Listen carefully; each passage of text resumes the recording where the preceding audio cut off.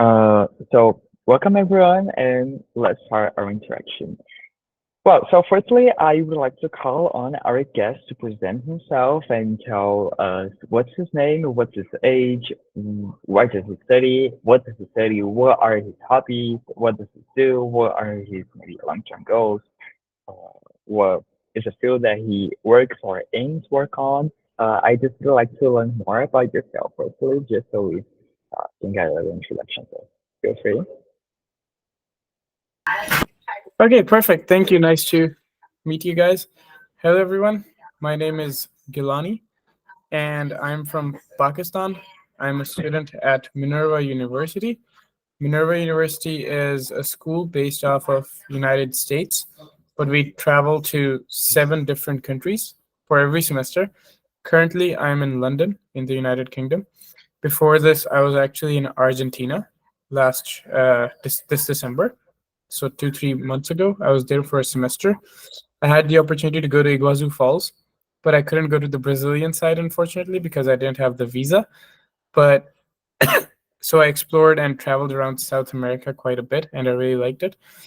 Other than that, I study computer science and business.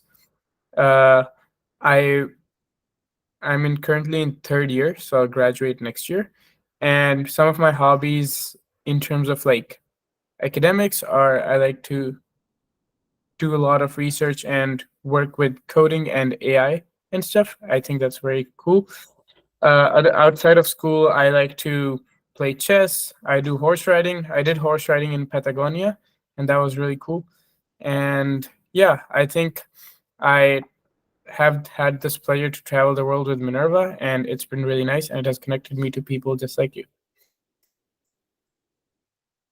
Great. Just to make sure if I understood, uh, which are your hobbies outside of the academic stuff? Uh, Yeah, I said playing chess and horse oh, riding. just and Horse riding. I think I never heard of that before. Horse Can you drop? riding? Can you Yeah, drop I on can. the chat? Yeah, sure. Yeah. Thank you. Well, so great. I'll be translating. So, oh, horse riding. Of course. Ok. Bom, agora eu vou traduzir a introdução que o Guilherme trouxe pra gente. E basicamente ele falou que o nome dele é Guilherme, ele nasceu no Paquistão e atualmente ele estuda na Universidade de Minerva. E a Minerva é oficialmente baseada nos Estados Unidos.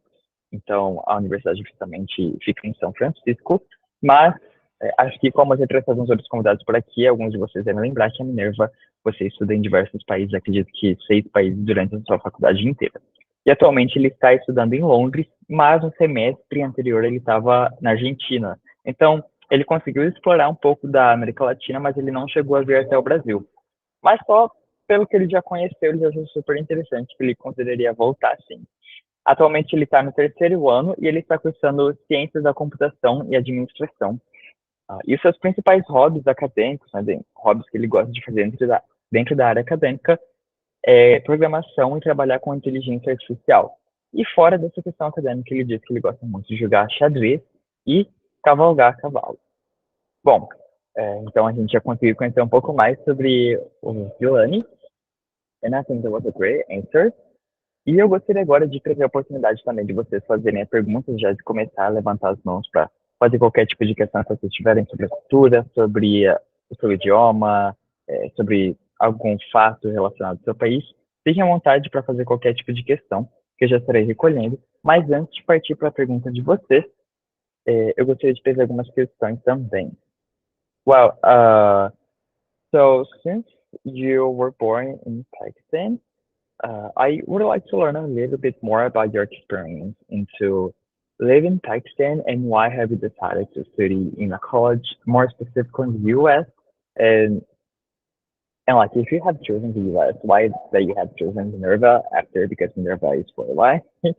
So yeah, I kind of merged 3 questions at the same time.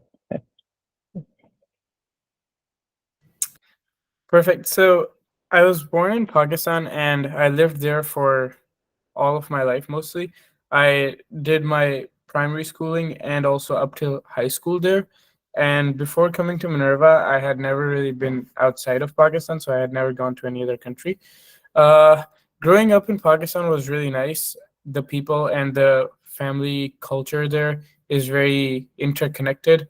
There's like big family groups. There's a lot of relatives, and you meet them on throughout the year in a lot of holidays and stuff.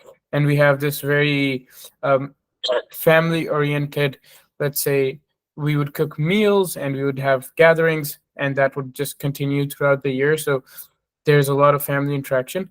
And even after coming to the US and being out of Pakistan for nearly 3.5 years, that has still stayed with me. And I've still been very connected back home.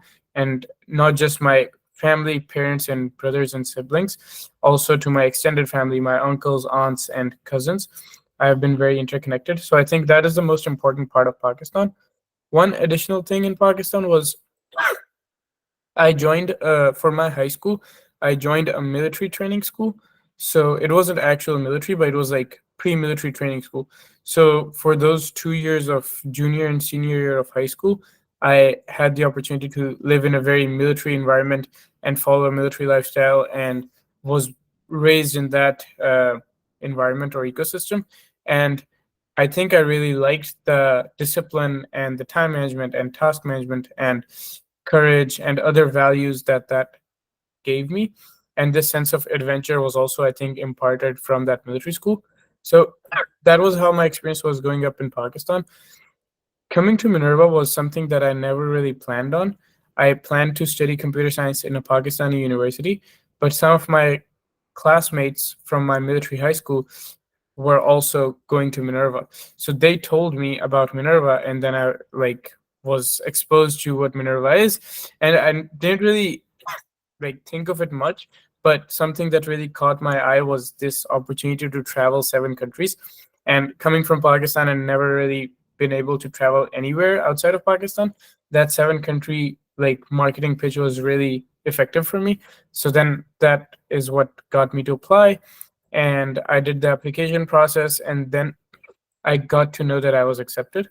And my parents were initially, they also were on the side of like studying in Pakistan, but when they got to know that I was accepted in Minerva, and I was very happy, so they were very supportive of that decision of going abroad, which was a very difficult decision because no one in my family had done their bachelor's studies from the US or anywhere else, like out of Pakistan. So that's how I got to Minerva. And now, like having spent 3 years at Minerva and more like traveling around the world, being in the US and then other countries, I really like Minerva. I think the exposure it gives you is very cool. And the ability to go to different continents is very, I think, underrated. I've been to Asia, I've been to Europe, I've been to South America, I've been to the United States. And like if it wasn't for the US, if it wasn't for Minerva, I would probably have not gone to most of the countries that I did. Like I wouldn't have gone to Taiwan, I wouldn't have gone to South Korea. I don't know if I would have gone to Argentina because also it's very far. So I think that was a very lucky opportunity. And it has been a very nice experience to travel and meet the people. And I also like tried to learn a bit of Spanish when I was in Argentina. So that also is something like you learn different languages, you try to communicate to different people, and you see how different cultures have different values, but then how also we're very different on a global level, but also very similar at a human level. So that was really nice. Oh, that was a really great answer. Like you have brought a lot of your background while like in your high school and at the point that you are right now. So great answer. I'll be just translating so everyone can understand. Bom, então, traduzindo a resposta do Giovanni, basicamente ele mencionou que ele, né, nasceu no Paquistão, ele concluiu o ensino médio lá, e antes de ir para a faculdade, antes de ir para Minerva, ele nunca tinha saído do país antes. Então, quando ele foi para a faculdade, foi o seu primeiro contato com o mundo afora. Mas no Paquistão em si, eles têm uma cultura muito forte de estar ali reunidos em festividades e feriados e tudo mais. Então, ele tem sempre um costume de estar sempre voltando para o seu país para estar ali presente com a sua família. Bom, ele fez parte de um ensino médio, eu acredito que militar, e que a partir disso ele teve boas expectativas e um bom desenvolvimento em diversas áreas que ele conseguiu realmente explorar várias paixões diferentes. E, na verdade, ele nunca pensou, ao fim do seu ensino médio, mais ou menos, de ir para fora, ir para uma escola talvez como a Minerva. E o seu classmate, o seu colega de classe, ele estava aplicando, ele passou, ele pensou, poxa, que oportunidade incrível, eu poderia estar ali explorando de 7 a 6 países durante minha faculdade, ter uma super imersão cultural, então, por que não? E ele decidiu fazer o processo de application e ele foi aceito. Os seus pais super apoiaram essa decisão porque eles nunca tiveram essa oportunidade de ir para fora do país antes, de estudar uma língua, não tenho certeza sobre a língua, mas estudar num país que eles tiram realmente uma formação, fora do Paquistão especificamente. E ele realmente gosta muito da exposição cultural que a Minerva oferece, porque talvez se ele não tivesse saído do Paquistão para fazer a faculdade fora, ele nunca teria visitado a Ásia, a Europa, a América do Sul, principalmente a Argentina, como ele fez, porque é algo muito longe para ele, muito distante. Então, ele também aprecia hoje em dia de fazer parte da Minerva, porque ele conseguiu ter uma grande imersão cultural. Porque quando você sai do seu país, você aprende como que as pessoas vivem, como que funciona o mundo em outra perspectiva que talvez no seu país você não tenha essa noção. Então, acho que foi algo que super agregou para ele. Tudo bem? Perfect. So, I guess now we have a great background to make questions here. So, guys, feel free to raise your hand. And next, I would like to call on a question. So, how could you get enough time to prepare for Minerva after your friend just told you about the opportunity, considering that Minerva has a 1% acceptance rate and as far as I know is the hardest college to get into nowadays. So how does that work? Yeah, so Minerva is, you're definitely right that it has a very low acceptance rate and it's very hard to get in. But what's different about it than other schools is that its application process, it's not very time consuming or intense preparation. So how Minerva distinguishes itself is that its application is not typically how US universities do it with an SAT score or with your other most, let's say, long tests or paragraphs and writing and math scores and stuff. Minerva has its own test, and what their basic step-by-step process briefly is that they look at your high school grades. So were they good or were they bad? Were you a good academic student or not? So they look at your high school grades, and then they look at your stuff, accomplishments that you've done outside of school. So, for example, if you have done community service, or if you've done public speaking, or if you have built a project, or if you have done like any welfare project or any initiative or started a project or idea, startup, whatever. So something that you did out of school that shows passion, initiative, and impact for change. And then the last set is a set of challenges that Minerva has. And you can think of them, some are like math challenges, but mental maths rather than preparing for like a math exam. Also, IQ tests like you would see on YouTube. But again, you can't prepare for an IQ test, you just do it at the spot, right? And then some other tests like decision making or writing an essay and stuff. So everything that Minerva tests is in the moment, creativity in the moment. You can't really prepare for any of those things.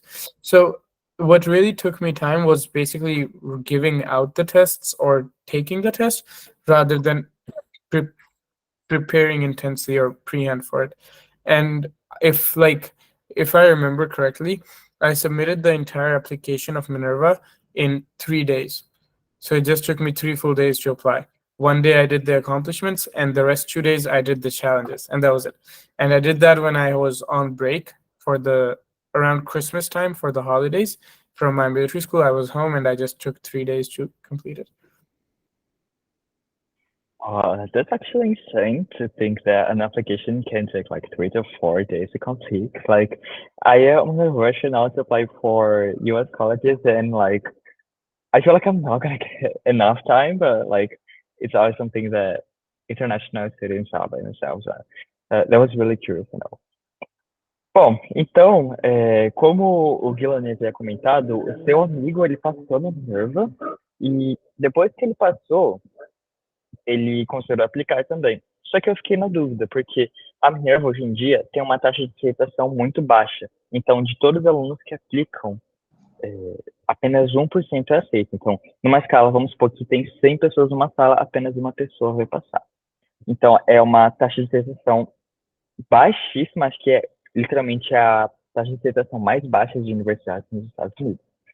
Mas eles têm um conceito diferente, não apenas na questão do seu estudo, em toda essa imersão cultural e como você vai se formar com os valores que a universidade oferece, mas também o seu processo seletivo. Então, eles não consideram provas como o SAT, que é o Enem americano, e então, normalmente eles fazem um teste de matemática, que é um teste de conhecimentos lógicos, e isso vai definir um pouco mais sobre a pessoa do que se preparar para esse teste. Então, você normalmente não estuda, você faz ele e você já tem ali uma perspectiva de como a pessoa, e em adição a esse teste de matemática, você também realiza um teste de QI. Então, acho que é uma proposta totalmente diferente e você realmente não se prepara com antecedência.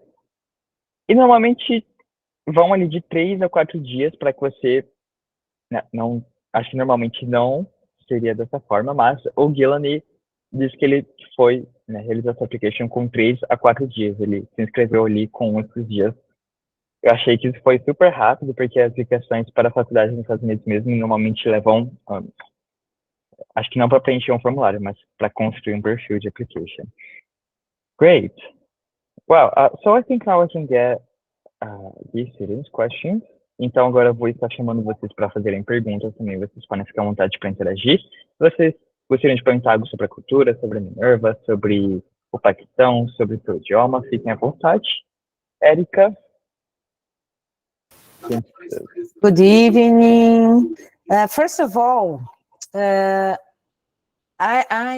don't know your name. How can I pronounce your name? Help me, please. Yeah, so my name is Gilani. Gilani, yes? Yeah, it's Gila and then Ni. I put it in the... Gilani, Yeah. yes? Yeah, so you put Okay, it together. thank So you. Gilani. Thank you. Of course, no problem. Thank you for this opportunity. You stay here with everybody. And how language do you speak? And about Brazil, what do you know about our country? Please tell us. Of course. So I speak my native language in Pakistan is Urdu. So kind of like Portuguese for Brazil is Urdu for Pakistan. So I speak that. And then there's another state level language that I speak. It's Punjabi. So it's like, I know, I'm not sure though. So let me just take a guess. I think there are more than one language spoken in Brazil. I'm not sure. But if there are, okay, they're not. Okay. But in Pakistan, there's more than one language spoken by like regions of people. And so my region of people speaks another language that's Punjabi. So I speak that. And then I learned English in high school and like my primary school and middle school. So I learned English throughout from the first day of school. So that's why I know English. So those are the 3 languages that I knew when I was growing up and I came to Minerva. And what I know about Brazil... 4 language? 3 languages, 3. 3. Yeah, Wow. Urdu, Punjabi, and English. And I tried to learn a bit of Spanish too, so I can just speak a few phrases. When I was in Argentina, I tried to learn Spanish, so I can speak a very few phrases of Spanish and I can understand it. So that's what I did in the languages. And what I know about Brazil is I know about Neymar. I like football a lot. So I know about the Brazilian football team. I think that's like, it has won the most World Cups. So like it's right up there. That's what I know the best about Brazil is like it has a lot of football fans that's very crazy about football and that is a great football team. What I also know about Brazil is like it's a very big country and Mhm. it has the Amazons, which is really nice, the Mhm. rainforest. And then I know there's a lot of like different this is what my Brazilian classmates, because in my class at Minerva we have around 10 Brazilian people too. Mm. So what they told me is that Brazil is so big that wherever you go, if you're in the Mhm. north or south, east or west, things are very different. So, Yes. and the last thing I know about Brazil is that I want to go to the carnival party in Rio, and I tried to do that this last time, but I didn't get the visa. But I'll try to do it sometime soon. Wow, do you have many informations about us? Very good. Thank you. Thank you so much. Thank you. Well, could you please drop the name of the other two languages? Yeah, I think I can record it. Bom, então, atualmente o Guilherme fala três línguas que ele deixou no chat. Urdu, Punjabi e inglês. Não tenho certeza sobre as outras. Yeah, that's right? Okay. Great. Então ele fala esses três idiomas e enquanto ele estava na Argentina ele aprendeu um pouquinho de espanhol. Ele estava tentando aprender, ele sabe algumas frases. Mas sobre o que ele sabe sobre o Brasil, ele sabe sobre Neymar, ele é uma referência de futebol para o mundo inteiro. Ele diz que ele gosta de futebol. Ele também sabe que aqui é um país grande. E ele tem alguns amigos da Minerva, do Brasil mesmo, que já disseram para ele anteriormente que nós temos uma diversidade grande separada em cada região que faz que nós não temos, nós não temos assim um país totalmente único, sabe? Que nós temos ali diversas perspectivas diferentes em cada estado.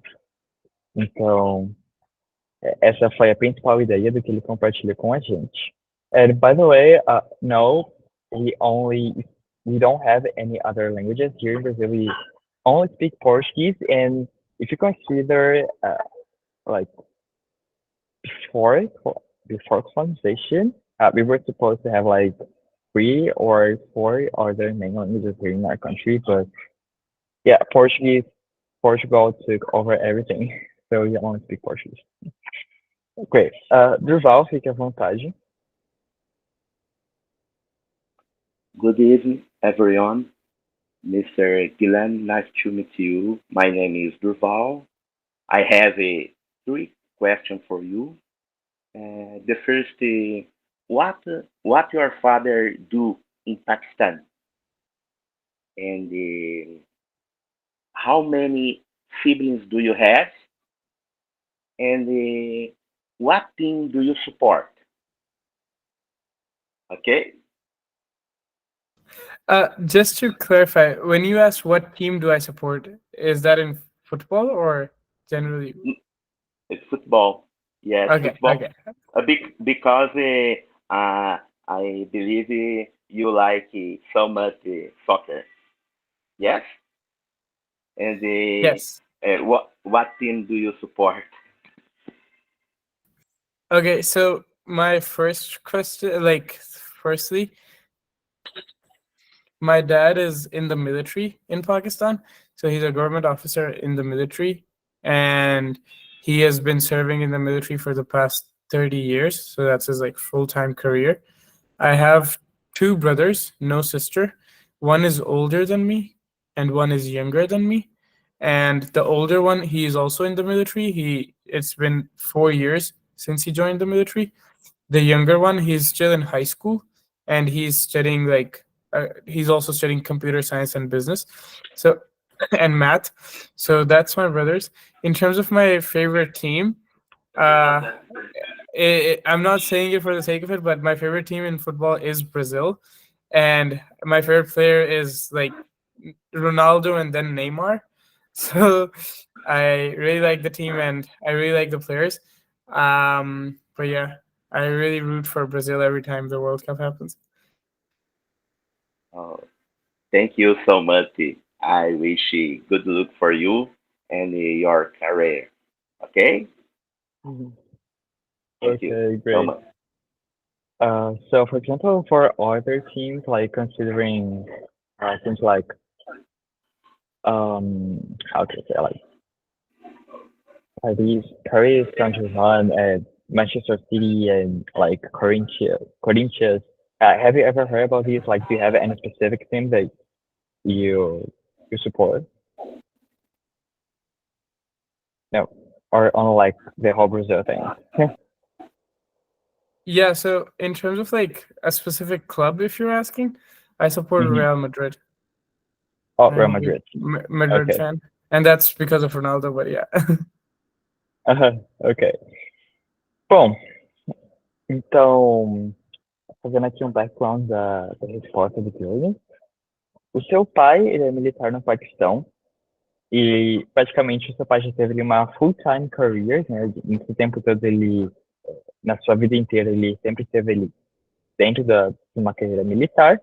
Ele tem dois irmãos, o mais velho também seguiu a carreira militar, mas o mais novo ainda está no ensino médio e ele pretende seguir com a área de Computer Science Business, também, ciências da computação e administração.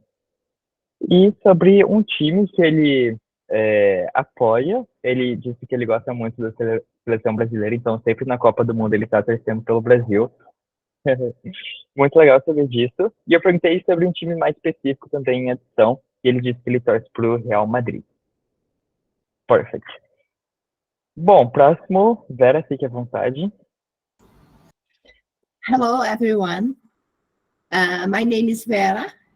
I live in south of Brazil, near Argentina, and I want to know something about the period that Pakistan belonged to British Empire. What influences are there in the life of Pakistanis nowadays? okay, that's a really good question. Thank you. So the British were before they came, like before Pakistan was created and before the British came, Pakistan was basically like a part of a larger area of Pakistan, India, and Bangladesh. All three countries were like together called the Indian subcontinent. And that was like ever since the 1000s till 1700s, it was ruled by like Muslim leaders. And in 1700s, the British came and they first started trading with the leaders, and then they slowly took over. And around 1800s, the British had full like rule over the entire region of Pakistan, India, and Bangladesh. And they ruled for like around 150 years. There were a few independence wars during that time, but every war was lost and the Britishers won. And in 1947, it's when Pakistan and India were created, and the British like went back to like they went away. If you talk about what they did during that time, it was kind of double-sided. So some things are like they basically created a lot of infrastructure, roads, trains, a lot of buildings, and they kind of like you could think of it as a Western development that was done by the Britishers in the entire region of Pakistan and India. But also a lot of the things were not really good. That, for example, Pakistan and India had a lot of raw materials, spices, oil, like coal, steel, that kind of stuff. So the British, what they did was basically they used to mine those raw materials, and then they took that to the UK, and then they basically profited off of it. So there's a lot of like thoughts on people that the Britishers, while they gave us a few developments, they took a lot from us as our natural resource. But now, if you talk about the current influence of British in modern day Pakistan, I think there's less influence of British than there is of US in the newer generations. So in terms of clothing, it's more Western associated with the US films and US fashion. Media, entertainment, songs, movies are Hollywood, US focused. Also, like teaching is something, education is something that I think is very still influenced by the British. So we follow the British Cambridge system in most of our schools. We have our personal Pakistani school system too. And then there's also a Cambridge form of education that we follow from the British. And a lot of people do that. And so that's, I think, the biggest influence British still have is on our education system. Not directly, but we just adopted it and we change it a bit to make it fit for our country. And in terms of like traditions and cultural values and stuff, I don't think there's strong influence by the British. It's still very preserved from how it was in the entire Indian subcontinent before the Britishers came and ruled.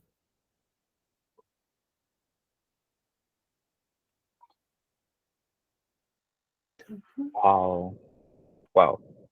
Uh, Perfect. Vera, was your question answered? Would you like to add anything? Yeah, thank you. Success for you. Great. Wow, that was really a great question. Like I could learn a lot about Pakistan now that like many things that I've ever heard before. Bom, então a questão da Vera era relacionada sobre a influência do Império Britânico diretamente no Paquistão. E o Guilherme começou a contar que antigamente a Índia, o Bangladesh e o Paquistão, que são países que fazem fronteiras com o Paquistão aqui, Índia e Bangladesh, eles eram um país único e eles eram dominados pelo Império Britânico e se manteve muito forte por muito tempo. Então, já ocorreram várias tentativas de guerras, mas o Império Britânico sempre vencia esses principais conflitos. Mas, depois de um tempo, houve a declaração da independência entre ambos Paquistão e Bangladesh em 1947. Então, os países começaram a se separar e eles tiveram ali a sua própria unificação, o próprio movimento nacionalista de cada um deles. E a partir disso, o Paquistão teve ali mais autonomia para seguir o seu próprio país, porém ainda tem algumas influências, claro, em alguns aspectos, que eu vou falar daqui a um pouquinho. Mas o Paquistão em si tem diversas obras-primas, tem diversos recursos naturais, principalmente como temperos, óleos e tipos de alimentos. Então, ele tem uma vasta diversidade ali de propriedades gastronômicas, claro. Acho que é tanto uma cultura rica similar à Índia, que também tem diversos tipos de questões, assim, como com associações de temperos e óleos. Bom, hoje em dia, o Paquistão ele tem menos influência em si da forma que eles se vestem, né, na questão de moda, na questão de como eles consomem as redes sociais, como eles consomem mídia, vindo diretamente dos Estados Unidos. Né? Hoje não tem tanta influência do Reino Unido, mas a questão na educação, aqui, no padrão educacional, ainda tem algumas escolas, algumas cidades que seguem principalmente o padrão de Cambridge. Então, o Reino Unido ainda se mantém um pouco representado ali no país, de forma que o padrão educacional ainda se mantém em algum contexto. Great. Well, so next, I am opening up the floor for Paula. Paula, fique à vontade. Hello, good evening, everyone. Hello, Dylan. I'm sorry if I don't speak very well, but I have only simple question for you. Nice to meet you. So, besides riding horses, what do you like to do for leisure? And what kind of food do you prefer? Okay, perfect. So one thing that I really like to do is I like to write poetry. So I like to write poetry in Urdu language, and it makes me sad that whenever I translate it into English, it just doesn't remain the same, and so I stopped translating, and none of my friends around me at Minerva can understand it because they don't speak Urdu. But I still write and read Urdu poetry. That is something that I like spend a lot of time on for leisure purposes. I also go on walks. I like to walk a lot. Walk around the city, and every time I want to go somewhere, I try to walk more than take a bus or something. And one thing that I also learned when I came to Minerva was cooking, because I was a student, so I was cooking for myself and I couldn't eat out because, again, it's very expensive. So I learned cooking from YouTube and watching just videos and trying again, and just now it tastes good. So my favorite food is still Pakistani food.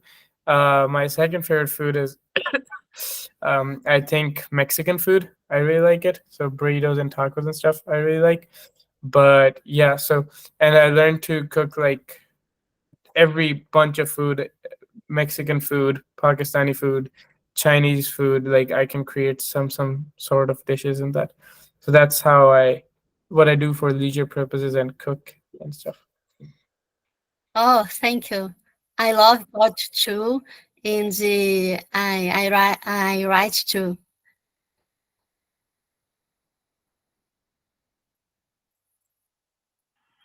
Thank Oh, you so much.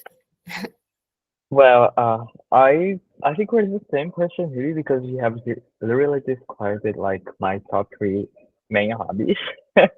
I also like I also really enjoy like writing poetry and like just like really writing something that I'm feeling like journaling. And I also like to do walks and cooking like every time. Yeah. Bom, então, trazendo contexto, os seus principais hobbies, ele gosta de escrever poesias. Normalmente ele escreve poesias na língua do Paquistão mesmo, quando ele vai traduzir para o inglês, às vezes não faz tanto sentido, então ele costuma manter as suas poesias na sua língua nativa. Ele também gosta muito de fazer caminhadas, então sempre que ele tem a oportunidade de evitar de andar de ônibus ou de carro, ele faz uma caminhada um pouquinho.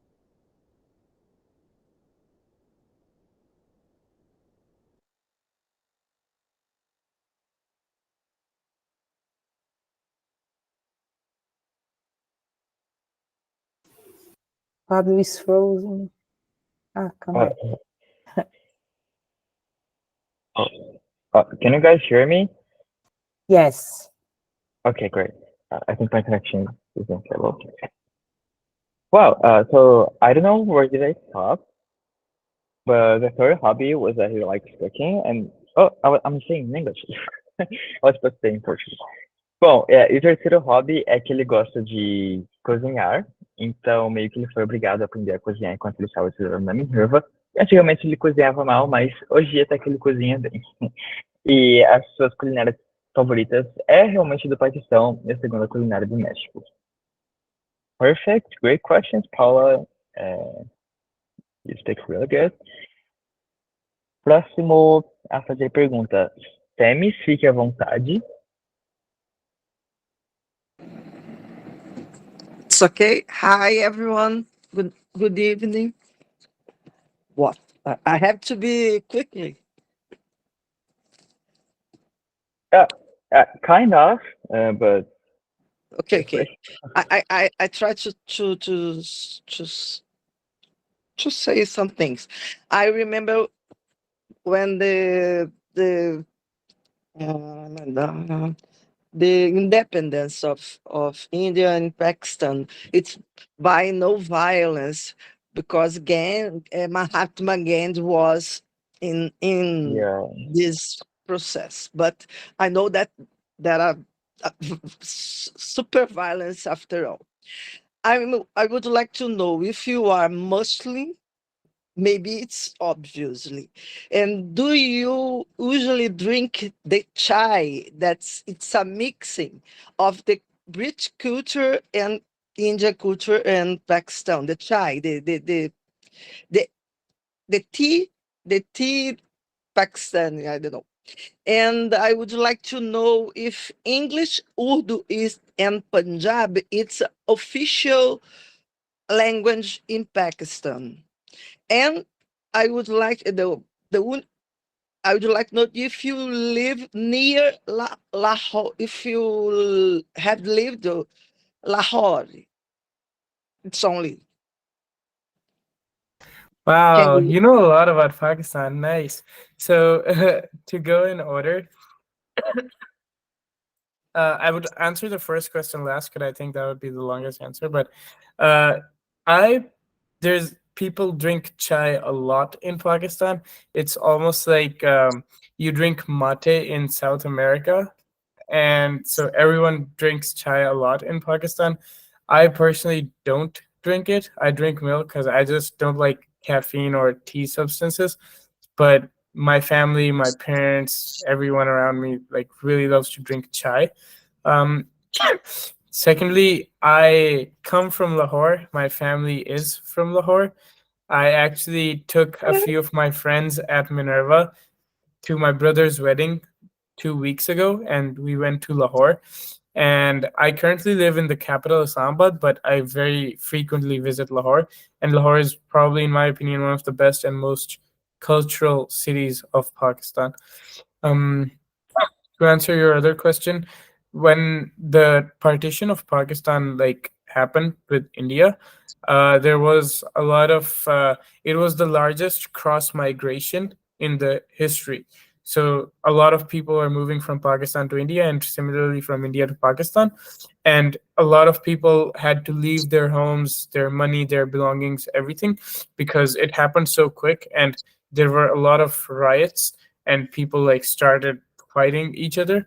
And so it got really messy real quick, but it happened. There were a lot of deaths on both sides too, but it like eventually completed and did its course. Currently, ever since the history, there's been 3 wars between Pakistan and India, and the countries are not on the best terms. So I think, based on my understanding right now, the people are still like either okay with it or don't care about it that much. But it's like politics and military from both sides that like instigates that. So a very common example is whenever there's an election nearing in Pakistan or India, the politicians would start talking about the other country and wars and stuff. And so that would like, they would try to get people emotional and get votes and stuff. So on a government level, yeah, there's a lot of problems and the governments don't cooperate.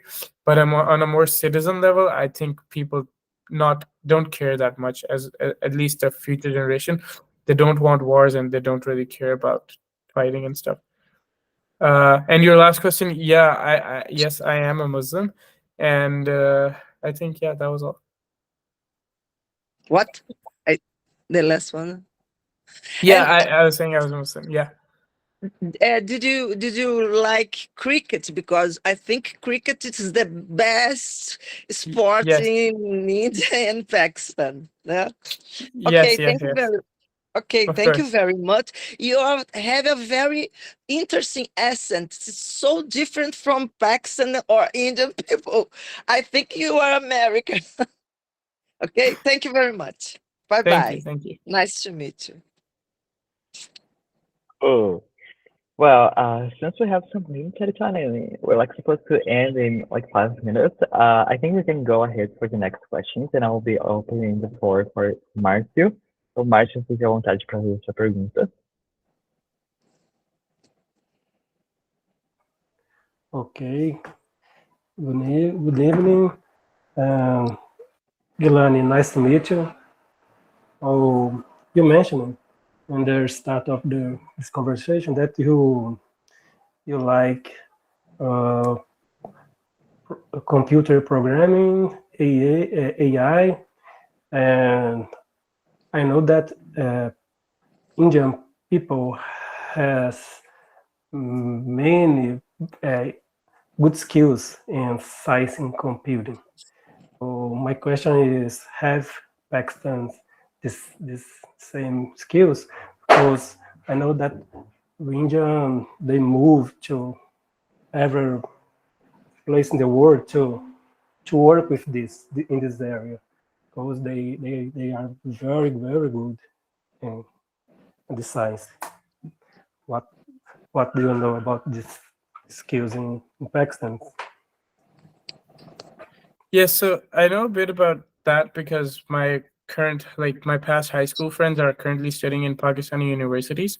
So freelancing in terms of coding and other high paying jobs that are Western is done a lot in Pakistan and India. It's because India is a very big country. It's 10 times bigger in population than Pakistan.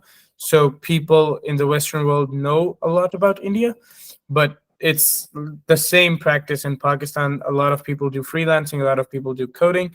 There's software houses that do US projects and stuff. And the reason behind that is coding is something you can do online. It is high paying, and you can do it for a US company sitting in Pakistan and earn good money. So that's the reason why people do it. But yes, it's very common in Pakistan too. Okay, thank you a lot for this answer.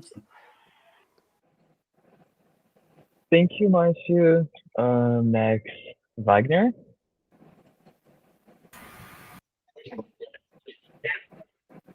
Hello, Dylan.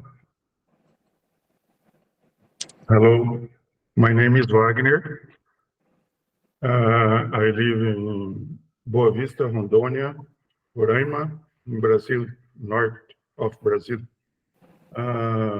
My teacher English, he is Pakistani people. He tell me he separate from his wife and had to go to another country because the law, Pakistani law, is very hard. My question for you is no permission divorce in Pakistan? Okay, so to what I understood, the question is if you're, I'll give you three answers and maybe one would answer the question. So if your question was about if it's allowed to like give divorce in Pakistan, yes, you can give divorce in Pakistan.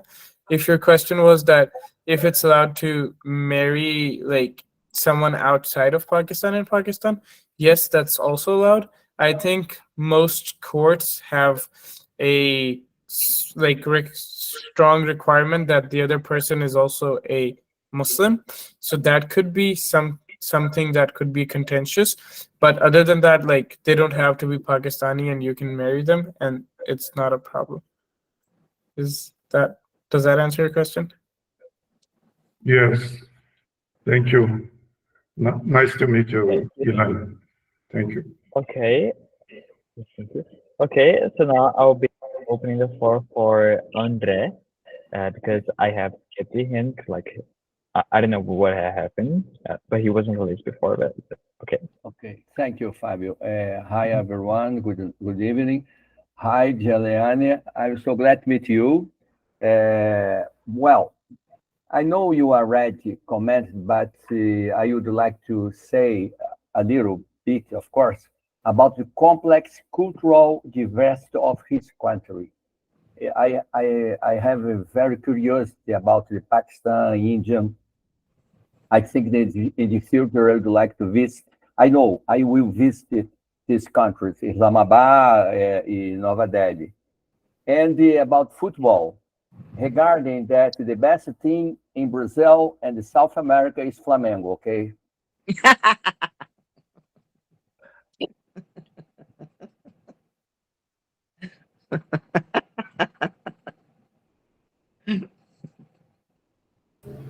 Yeah.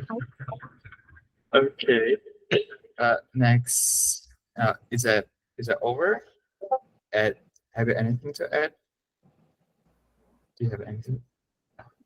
No, well, I would like that comment about the complex cultural diversity of Pakistan, if it's possible. Oh, okay. So Pakistan and India have very similar cultures, but also very different. And similarity arises from because they were both in the same area before the Britishers came and during that time. So there's a lot of social values that are similar. For example, the way weddings are done and the emphasis on family values are social things that are kind of similar between Pakistan and India. Where things get different is Pakistan also has Islamic orientation, so there's a lot of cultural religious values deeply rooted in our culture. For example, holidays follow an Islamic tradition. Like, I think you might have heard about Eid. It's a very big Muslim tradition, so that's something that in people in India don't normally do. Like, people do it in India, but at a lower scale than Pakistan because that's a Muslim tradition. And some other things, like the way specific oath taking is done for a marriage in Pakistan, it's completely different than India. Food is to an extent similar. Again, it's a social thing that is similar. So there's some similarities that are because of the regions. Languages are very different, but there's some similarities that are based on the region, but differences based on religion. So Pakistanis follow the Islamic traditions and values, whereas in India, Hinduism is the majority religion and they follow that. So, and they also have a similar political framework and government structure. Okay, thank you very much. And I wish you good luck for your career. Okay. So, Gilani, are you okay with taking 2 more questions? Thank you. I know it's late for you. I'm sorry for that. Iris, fique à vontade. Hi, good evening. I forgot how to pronounce your name. Don't remember. Gil. It's Gilani. So Gilla, La, and Ni. Ni. So Gilani. Gilani. Okay. Earlier you mentioned the Amazon forest, and I was born in the north of Brazil. And I would like to know, what do you know about the Amazon? And by the way, your phenotype, it's very similar with the people that live here.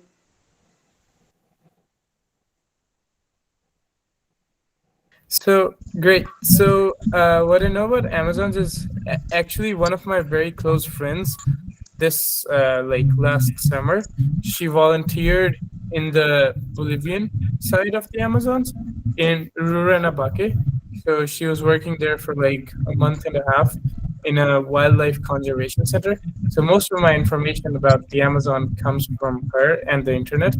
What I know about the Amazon is it's the probably the largest rainforest in the world.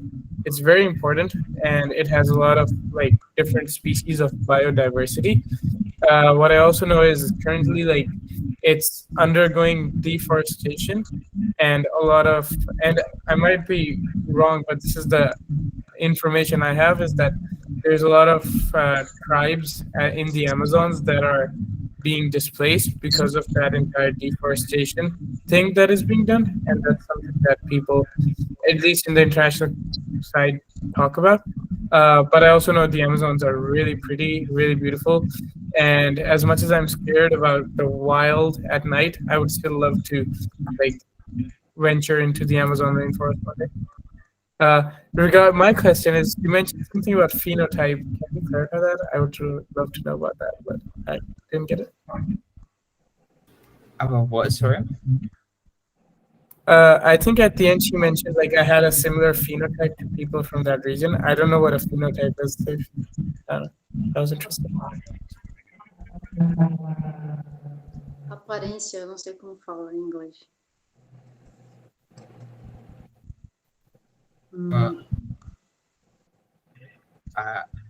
I am not sure. Appearance. Appearance. Yes, phenotype is appearance. Oh, yeah, of course. Appearance. I have another question. May I? It's about your poetry. What kind of poetry do you like to write? So I usually like romantic poetry, and also when I listen to songs, I really focus on lyrics. So I like to write romantic poetry, and it's both based on, so in Urdu poetry, and there's a concept of two types of love: one love with God and one love with a lover, like a human lover. And I try to do them both. My first poem ever was written about love with God, and then subsequently most of my poetry has been love with like a person, human. Okay, thank you. Really interesting. Okay, so let's proceed and with their with their hands raised. Newton, fique à vontade.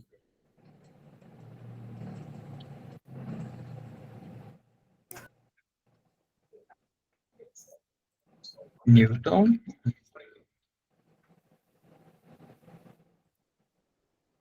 Você está por aí? Everybody, nice to meet you, Gilani. I'm going to ask you, I'm going to ask you a question about your opinion. Do you think the Kashmir region belongs to Pakistan? That's a really interesting question. So Tough two of my question. friends, yeah, tough question. Two of my friends in high school and currently at Minerva are actually from the Kashmir region, and I have been there. Also, my parents are from the military, so like there's also some influence from that. But from a very like my personal opinion is that I think the people of Kashmir, it doesn't matter if they belong to Pakistan or if Kashmir belongs to India. I think what is more important is the people of Kashmir get their rights and get a sense of freedom and independence, whether that is like being connected with Pakistan or being a part of India. To me, I think that is less relevant. But what I do know is that I have been to the Pakistani side of Kashmir, and in Pakistan, I'm trying to less bias myself, but they have a lot of subsidies on taxation, and they have a lot of reliefs from the government, and also like there's no problem in moving between, let's say, from Kashmir to other parts of Pakistan for Kashmiri people. But if you talk about the Indian side of Kashmir, I have never been there because I'm not allowed to, so I can't say from experience. But from the news media and from the friends that I have from Kashmir and their relatives that they know of, there's a lot of curfews. If you look it up in 2019 or 2020, there was a very big human rights violation curfew done in the Indian part of Kashmir. And also, like, people from the Kashmiri region in India aren't allowed to move to other parts of India without a strict security clearance from the Indian government. So I'm not saying this is for sure, but to my awareness, there's a lot more restrictions on daily lives of Kashmiris in India. And for that, with that, I would say, like, I think maybe it might be better if they were a part of Pakistan, but again, I'm not fully. Great opinion. I have other curiosity. Could you tell us something about the Karakoram Road? So the Karakoram Road is a very beautiful, very well built road that goes from like the northern part of Pakistan till all the way to the border of China, because Pakistan borders China in the northern side, and there it's the great, very big mountain region, and creating a road in that was very hard. There's a lot of landslides and earthquakes that happen, and the road has to be continuously maintained. But it's a very beautiful road, and it's very fast, and it saves people that live there a lot of time. One interesting thing to add was that there's a lot of people that settle along that road because it's a good trade route, but it's also very prone to hazards and landslides and ice, like earthquakes. So my dad was working on a project with the military where he did his PhD in how there would be a glacial outburst of a lake, of a glacier, and that would cause flooding in that region around the Karakoram Highway. And he did his PhD in 2018 predicting that, and they cleared those areas. And then in 2019, that area got flooded, but the people were saved because my dad did a simulation in that area and had the military clear out that area. But yeah, I've been there a lot, and it's very pretty. Okay, thank you very much.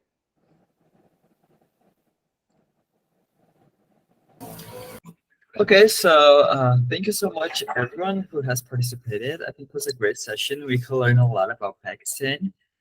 It's like it was my first time talking with someone from Pakistan, even if I got the opportunity to speak with many people come from different countries before. I think was really curious because such an enriching opportunity.